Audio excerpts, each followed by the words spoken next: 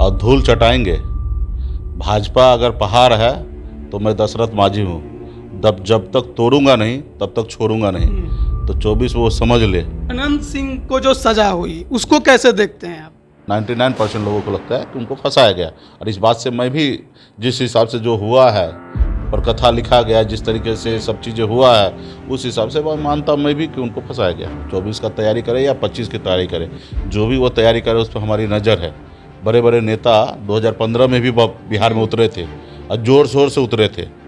उस समय में क्या हश्र हुआ था, मुख्यमंत्री नीतीश कुमार जी ने उनको क्या हश्र किए थे, वही हश्र आने वाले समय में भी होगा। आगे 24 के चुनाव में मुकेश सहनी, चिराग पासवान, तेजस्वी यादव साथ नजर आ सकते हैं। जब अभी हमारे एक यादव जी को हमने पार्टी में जोड़ा, मिथिलेश यादव जी को, और सिमरी बख्तियारपुर से हैं, तो देखिए सब आदमी कहने लगे, बोलने लगे कि भाई आरजेडी को तोड़े, आरजेडी को तोड़े। बातचीत अगर होता तो तेजस्वी तो बोल देता हमको मददें कर दीजिए। नमस्कार, आप लाइव बिहार देख रहे हैं। मैं हूं राजमोहन तिवारी। मोकामा विधानसभा सीट खाली हो गई है। वहां पर आरजेडी के विधायक अनंत सिंह की सदस्यता समाप्त हो गई। उसके बाद अब मोकामा की सीट पर उपचुनाव होगा। तमाम राजनीतिक पार्टियां जो उस सीट पर चुनाव लड़ने को इच्छुक है वो अपनी रणनीति बना रही हैं, लेकिन सबसे ज्यादा जो अभी चर्चा में है वो है मुकेश सहनी और इनकी पार्टी विकासशील इंसान पार्टी। मोकामा की सीट पर आप पहली बार चुनाव लड़ने जा रहे हैं। उपचुनाव तो आप लगातार लड़ते रहे हैं, संख्या और दम भी आपने दिखाया है, बोचहा में दिखाया, मोकामा में कितना दिखाएंगे? नहीं, देखिए पार्टी बनी है तो निश्चित तौर पे चुनाव लड़ना है। अब पहले से ही हम लोग क्लियर हैं कि बिहार में जब भी उपचुनाव होगा, जहाँ पे भी होगा, वहाँ पे पार्टी मजबूती से हम लोग चुनाव लड़ेंगे। और एक ही लक्ष्य है कि एनडीए को हराना, और उसके लिए तैयारी हम लोग कर रहे हैं। वहाँ पे बूथ स्तर पे तैयारी कर रहे हैं, और उम्मीद है कि समय जब चुनाव आचार संहिता लगेगा वहाँ पे तो हम लोग चुनाव लड़ेंगे। एनडीए को हराना लक्ष्य है या जीतना भी लक्ष्य है? जीतना भी लक्ष्य है और हराना भी लक्ष्य है, दोनों है। ठीक है, जीतना भी लक्ष्य है और हराना भी है। जब दुश्मन हार गया तो जीत ही गए ना हम। वो तो बोचहा में दिखा। हाँ, तो दुश्मन जैसे हारेगा तो आप जीत गए। तो हमारा तो अभी सबसे पहला लक्ष्य यही है कि हराना। जैसे वो हारेंगे तो हम जीतेंगे। आपके बारे में अब ये कहा जाता है कि बीजेपी के साथ आपका हमेशा खटपट रहता है, नीतीश कुमार के खिलाफ आप बोलते नहीं हैं, लेकिन मोकामा में चुनाव तो नीतीश कुमार की पार्टी लड़ेगी, तो आप एनडीए को हराएंगे या नीतीश कुमार को? एनडीए को हराएंगे। एनडीए को? जी हाँ। तो फायदा किसको होगा? हमको होगा, हम जीतेंगे। सामने जो आरजेडी के कैंडिडेट होंगे उनको भी वो आरजेडी अपने लिए प्रयास करे लड़ने के लिए, जीतने के लिए। उनको किसको हराना वो देखे। बाकी हमको तो बीजेपी को, एनडीए को हराना है और हमें जीतना है। बाकी और भी बहुत सारा दल होंगे, शायद लड़ेंगे। ठीक है, तो वो लोग अपनी अपनी रणनीति बनाए कि क्या करना है। हमें तो एनडीए को हराना है और मुझे जीतना है। बोचहा में आप चुनाव लड़े तो बीजेपी भारी अंतर से सीट हारी, जीत आरजेडी की हुई। यहाँ भी लड़ेंगे तो उम्मीद अब यही जताया जा रहा है कि आप फायदा पहुंचाएंगे लालू यादव जी की पार्टी आरजेडी को। तो क्या लग रहा है कि अंदर कुछ बातचीत हो गई है, या फिर केवल और केवल अभी आपकी जो सोच है वो है कि किसी तरह से एनडीए को नेस्तनाबूद करना है? नहीं, ऐसे कोई बातचीत नहीं हुआ। बातचीत अगर होता तो तेजस्वी तो बोल देता हमको मददें कर दीजिए। ठीक है, आपका अभी तस्वीर वायरल हुआ था, एम्स में जाके लालू जी से आप मिले थे। वो तो मेरा पर्सनल संबंध है, और हमेशा लालू जी को मैंने हमेशा कहा कि बैकवर्ड राजनीति हमेशा किए हैं, बैकवर्ड समाज के बारे में सोचे, उनके उन्नति के लिए सोचे हैं, उनके लिए काम किए हैं। आज वो अस्वस्थ हैं तो उनसे मिलने के लिए मैं गया था। तो मैं ऐसे नेता, मैं तो नीतीश कुमार जी को भी बहुत पसंद करता हूँ। ठीक है, जिन्होंने देश के लिए, राज्य के लिए कुछ किए हैं। हम अटल बिहारी वाजपेयी जी को भी बहुत अच्छी तरीके से मानते हैं। कभी मौका नहीं मिला उनसे मिलने का, लेकिन जब भी उनके बारे में जितना भी सुना समझा तो मतलब अच्छा ही सुना।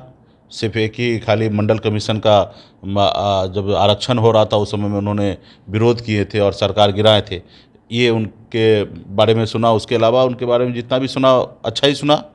जब से वो देश के प्रधानमंत्री बने उसके बाद तो मैंने काफ़ी उनके बारे में अच्छा ही सुना है। तो और उस समय जनसंघ के समय में उन्होंने आरएसएस के कहने पे मतलब वो सब काम किए हैं।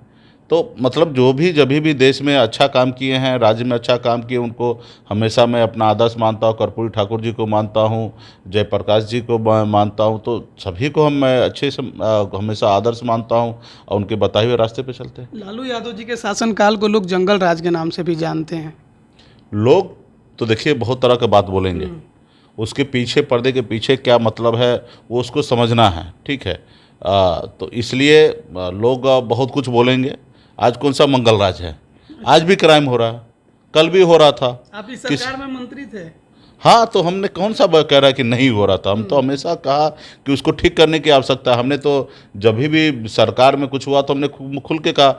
जैसे पप्पू यादव जी को अरेस्ट किया गया तो हमने खुल के बोला था कि ये गलत हुआ है, अरेस्ट नहीं होना चाहिए। जब विधायक निधि कोष माननीय मुख्यमंत्री जी ने रख लिया, उस समय में भी हमने सबसे पहले आगे बढ़ के कहा कि ये नहीं होना चाहिए। क्षेत्र का विकास होने के लिए विधायक बने हैं तो उनको काम करने का मौका मिलना चाहिए। उसके बाद जैसे युवा के लिए, रोजगार के लिए 19 लाख युवा के रोजगार को देने का जो वादा एनडीए ने सरकार ने किया था, एनडीए गठबंधन के द्वारा से किया गया था, उसके लिए भी हमेशा मैं मुखर होकर हमेशा मैंने कहा कि भाई इस पे काम करना चाहिए। मैंने 2 लाख युवा को रोजगार मिले, उसके लिए मैं अपने विभाग में पॉलिसी भी बनाया था। तो ये सारे चीज़ें जो देखिए, ठीक है हम सरकार में थे, बहुत ऐसी चीज़ है वो दूसरे के ऊपर ब्लेम नहीं लगा सकते, लेकिन मुझे खुद को तो ये पता है कि हम ये काम सही नहीं कर रहे या अच्छा नहीं हो रहा है, इसको ठीक करना है। तो अब सरकार में कुछ चीज़ों को नज़रअंदाज हम रह के कर सकते हैं कि हमारे लोग काम नहीं कर रहा तो इसको दुनिया को बताने की आवश्यकता नहीं है, लेकिन जहाँ जहाँ गलती ये था उसको ठीक किए। हमारे सचिव सही से काम नहीं कर रहा था, नहीं सुन रहा था, उसको हमने मुख्यमंत्री जी को कह के ट्रांसफ़र करवाया, हटाया वहाँ से। तो ऐसे नहीं है कि जहाँ पे दिक्कतें था वो उसको मैंने दूर करने का काम किया है। अनंत सिंह को जो सजा हुई उसको कैसे देखते हैं आप? क्योंकि बहुत लोग ये कहते हैं कि उन्हें फंसाया गया है। जग जाहिर है 99% लोग ये बात सही में मानती है कि उनको फंसाया गया है, ठीक है। जिस घर पे वो नहीं रहते तो ऐसे घर पे वो उनका आर्म्स निकला है और उसके वजह से उनको सजा हुआ है।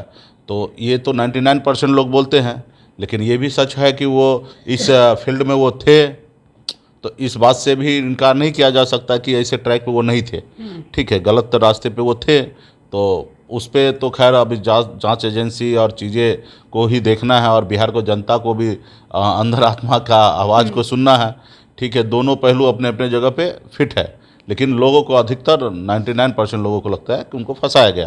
और इस बात से मैं भी जिस हिसाब से जो हुआ है, पर कथा लिखा गया, जिस तरीके से सब चीज़ें हुआ है, उस हिसाब से मैं मानता मैं भी कि उनको फंसाया गया। मानते हैं? हाँ। अब अनंत सिंह का किला 17 साल से लगातार वहां से विधायक, अब वो चुनाव नहीं लड़ेंगे, उनकी पत्नी नीलम देवी चुनाव लड़ेंगी। कौन उम्मीदवार आप उनके सामने उतारेंगे? क्या नाम होगा? क्या कोई दिमाग में है अभी? नहीं, इस पे अभी कई लोगों से संपर्क में है पार्टी के लोगों ने, और अच्छे अच्छे कैंडिडेट संपर्क में आए भी हैं, और अभी तो वहाँ पे हमारी पार्टी की तैयारी चल रही है। समय आने पे हम लोग फाइनल करेंगे। क्या कोई पार्टी जैसे आरजेडी हो या जेडीयू हो आपसे संपर्क करती है कि मोकामा में हमें समर्थन दीजिए, तो क्या इस पर सोचेंगे? पहले तो संपर्क तो करें फिर सोचना है, ठीक है। तो जब कोई चीज़ होता है, कोई अगर मान लीजिए आप जैसे आप आए बात करना चाहते तो हमने बात किया। अब बात करने में हम आपके समर्थन में बात करें या ना करें, ये तो बात की बात है। तो पहले वो लोग बात तो करें, उसके बाद ना फिर हम सोचेंगे। अभी तो फिलहाल हम अपना काम कर रहे हैं, हम अपनी तैयारी कर रहे हैं। अभी किसी का बातचीत इस पर नहीं हुआ है। खबर तो ये भी चल रही थी कि चिराग पासवान के साथ आप उतर सकते हैं मोकामा में। नहीं, ये एकदम ही खबर सही नहीं है। हम अकेले उतरेंगे मैदान में, ठीक है। और बातचीत करने के लिए बहुत सारे लोग बातचीत कर रहे हैं, ऐसा नहीं है। जो संभावित कुछ लोग हैं जो चुनाव लड़ना चाह रहे हैं, तैयारी जिनका है संभावित, वो लोग से बात भी हो रहा है। तो वो तो कुछ चीज़ें तो अंदर में रहने वाला चीज़ है ना, जब समय आएगा तो बाहर रखा जाएगा। बीजेपी 24 की तैयारी में जुट गई है। बड़े बड़े अब नेता लोग पटना पहुंचने लगे हैं। मुकेश सहनी 24 की तैयारी कर रहे हैं कि नहीं? अभी एकदम ही मजबूती से तैयारी कर रहे हैं और धूल चटाएंगे। भाजपा अगर पहाड़ है तो मैं दशरथ माझी हूँ, जब तक तोड़ूंगा नहीं तब तक छोड़ूंगा नहीं। तो 24 वो समझ ले, जिन्होंने जिस तरीके से हमारे साथ छल किया, हमारे समाज को जिस तरीके से अपमान किया, जिस तरीके से हमारे समाज का जो सपना को चकनाचूर किया, वो आने वाले समय में उनको हम बताएंगे। 24 का तैयारी करे या 25 की तैयारी करे, जो भी वो तैयारी करे उस पर हमारी नज़र है। बड़े बड़े नेता 2015 में भी बिहार में उतरे थे और ज़ोर शोर से उतरे थे। उस समय में क्या हश्र हुआ था, मुख्यमंत्री नीतीश कुमार जी ने उनको क्या हश्र किए थे, वही हश्र आने वाले समय में भी होगा उनका। आगे 24 के चुनाव में मुकेश सहनी, चिराग पासवान, तेजस्वी यादव साथ नजर आ सकते हैं। ये तो समय देखिए, समय आएगा तो डिसाइड होगा। बिहार की राजनीति में वीआईपी पार्टी को कोई इग्नोर नहीं कर सकता। आज हमारे पास जो वोट बैंक है, हमारे लोग जो जिस तरीके से खून पसीना बहा के ये पार्टी को बनाए हैं और जिस तरीके से इस पार्टी पे आस्था विश्वास जता के रखे हैं और आज इस पार्टी के लिए खुद काम कर रहे हैं, जिला में, पंचायत में, प्रखंड में लोग काम कर रहे हैं, तो उस हिसाब से हम नहीं लड़ाई लड़ेंगे, हमारे लोग लड़ाई लड़ेंगे, हम तो लीड करेंगे। तो आने वाले समय में क्या होगा वो समय डिसाइड लेगा, लेकिन अभी फ़िलहाल तो हम अपने दम पर पूरे बिहार में तैयारी कर रहे हैं। अभी हर अलग अलग विंग का हमारे इधर बैठक हो रही है। जिला कमेटी के साथ पटना में मीटिंग हो रहा है। जिला कमेटी नए सिरे से काम की जा रही है। उसके बाद जिला में बैठक होगा। उसके बाद 5 लाख आजीवन सदस्य बनाने का लक्ष्य रखा गया पार्टी की तरफ से, तो वो काम होगा और कई लाख सदस्यता अभियान चलाया जाएगा। उसके बाद अमर शहीद जुब्बा सहनी शहादत दिवस 11 मार्च को 2023 में हम लोग मनाएंगे, पटना में IT सेल के द्वारा कराया जाएगा। उसके बाद 25 जुलाई को हम लोग फूलन देवी शहादत दिवस मनाएंगे। 25 जुलाई को 2023 में फूलन देवी शहादत दिवस हम लोग पटना में मनाएंगे, जो इसमें हज़ारों हजार की संख्या में महिला माता बहन आएगी पटना में। तो इस तरीके से कार्यक्रम रखा गया। उसके बाद 50 गो रैली सितंबर और अक्टूबर में हमने पूरे बिहार में हम लोग रैली करेंगे, 50 रैली 60 दिनों के अंदर। तो इसके लिए हम लोग तैयारी कर रहे हैं, ठीक है। और एक एक आदमी जो हमारा अपना वोटर है, अपना समर्थक है, उससे एक एक आदमी से शपथ लिया जाएगा। वो शपथ लेंगे कि उनको 2024 में किनको वोट देना है। एक आखिरी सवाल मेरा आपसे रहेगा, सबसे ज़्यादा अब चर्चा ये चल रही है कि मुकेश सहनी जिस तरह से नारे लगते हैं कि अगला CM कैसा हो, मुकेश सहनी जैसा हो, लेकिन लोग एक सवाल आपसे ज़रूर हमेशा पूछते हैं, हमसे भी कहते हैं कि मिलेंगे तो पूछिएगा कि आप केवल एक समुदाय की बात क्यों करते हैं, सभी को साथ लेकर चलने की बात क्यों नहीं करते? नहीं, मैंने कभी नहीं। अभी आपने देखा, जब अभी हमारे एक यादव जी को हमने पार्टी में जोड़ा, हाँ। मिथिलेश यादव जी को, और सिमरी बख्तियारपुर से हैं, तो देखिए सब आदमी कहने लगे, बोलने लगे कि भाई RJD को तोड़े, RJD को तोड़े, और आपके सामने हमने दूसरे समाज को जोड़ा ना। तो ये पार्टी एक समुदाय की नहीं है, सभी जाति धर्म के लिए पार्टी है।